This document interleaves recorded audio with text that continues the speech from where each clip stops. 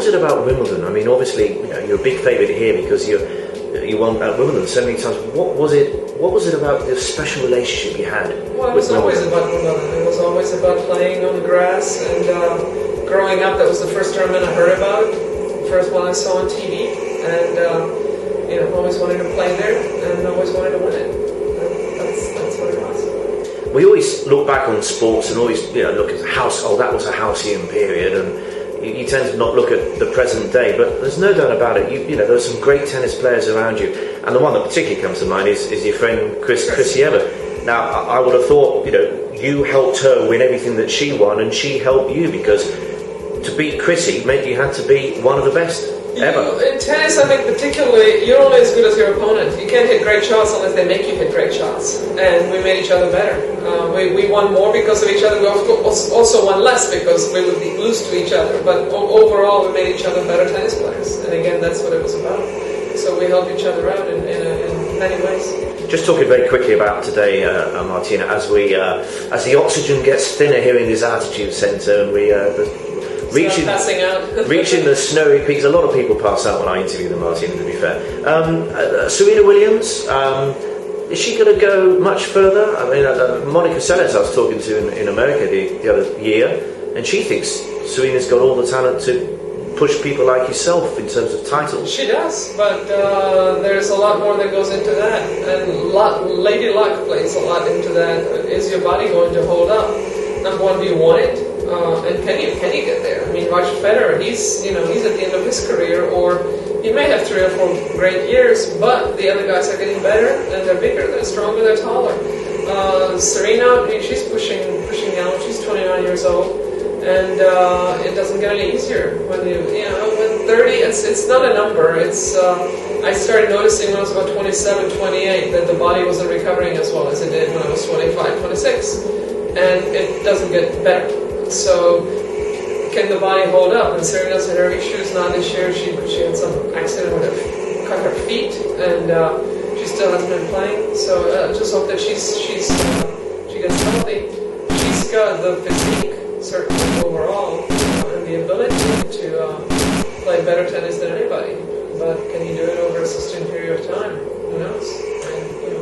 Also in your day, Martina, when you were number one, you were number one because you won everything, and you won the Grand Slams as well. It seems to be slightly less the case these days. Now, I don't want to knock Caroline Wozniacki because I think she's great talent and great personality and a good friend of Sportsvibe. But she's the latest number one who doesn't seem to actually win a slam and just does consistently well in tournaments. Where do you stand on that? Well, it's the ranking system, the way it works. We know that at her best, Serena Williams is the best player in the world, but she's only played 6 tournaments this year. You can't be number one with that, because basically you need to play the regular season, not just the playoffs, which essentially that's what the Grand Slams have become, is the playoffs. But Wozniacki has been consistent, but she's played a lot of tournaments, she's stayed healthy, and she's number one. It's a little bit like Safi before, isn't it? It's a fine line. I mean, if she had won the US Open a year ago and then became number one now, that's still, in the last 12-month cycle, she wouldn't have a slam to her name, but she would be number one because she's played enough tournaments and won enough of them. But it doesn't feel like a true number one until you win a slam. Now, somebody who does know about winning slams is Roger Federer. Now, you've just touched upon when you knew it was beginning to go. I mean, he's been written off a little bit now for the last 2 or 3 years, and he's proved people wrong.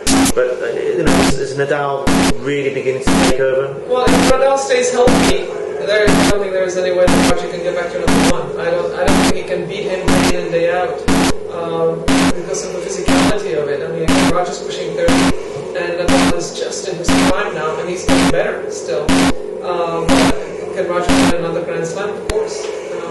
Wouldn't write him off on that. He's been very healthy. He's got the longest winning streak, consecutive Grand Slam streak of current players. I think 41 or 40-something he's played in a row without missing one. So he's been extremely healthy, and he's still hungry. And this next year, he's really going to be hungry.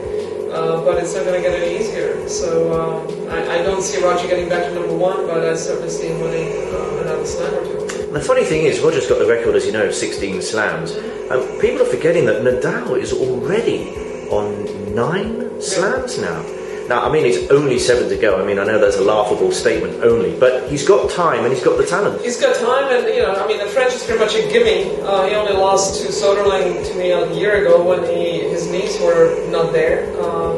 And if he's healthy, he should win 2 slams a year for the next 4 or 5 years, and that's 10 slams, which would then surpass Roger, providing he doesn't win anymore. So who knows? I mean, we were talking about Roger. A lot of people were crowning Roger the greatest of all time while he was still playing. But meantime, he's getting beaten by Rafa Nadal, who may still catch him. So it's amazing that we have these 2 amazing players playing against each other at the same time. And who knows what the future will bring? But I'm looking forward to it. One final tennis question before we return to the slopes of Kilimanjaro, Martina, and it's the obvious one. Andy Murray.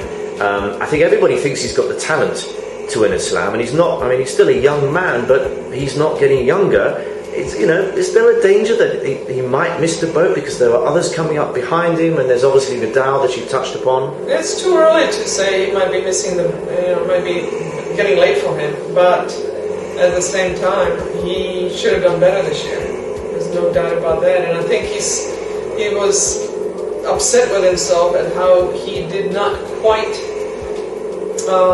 go for it at the Australian Open. When he had some chances, he played it safe and he backed away.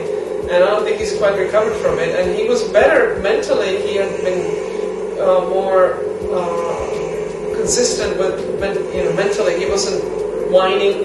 That was gone. He wasn't feeling sorry for himself. But after Australia, I felt like he sort of reverted to that a little bit. And I almost get the feeling when he's playing, like he gets pissed off, for lack of a better word, that the other guy's playing so well. It's like, how dare him hit such a great shot? He shouldn't be hitting such a good shot.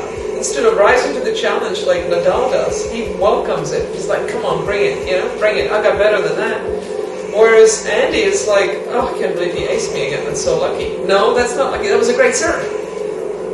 So he doesn't give enough credit to the opponents.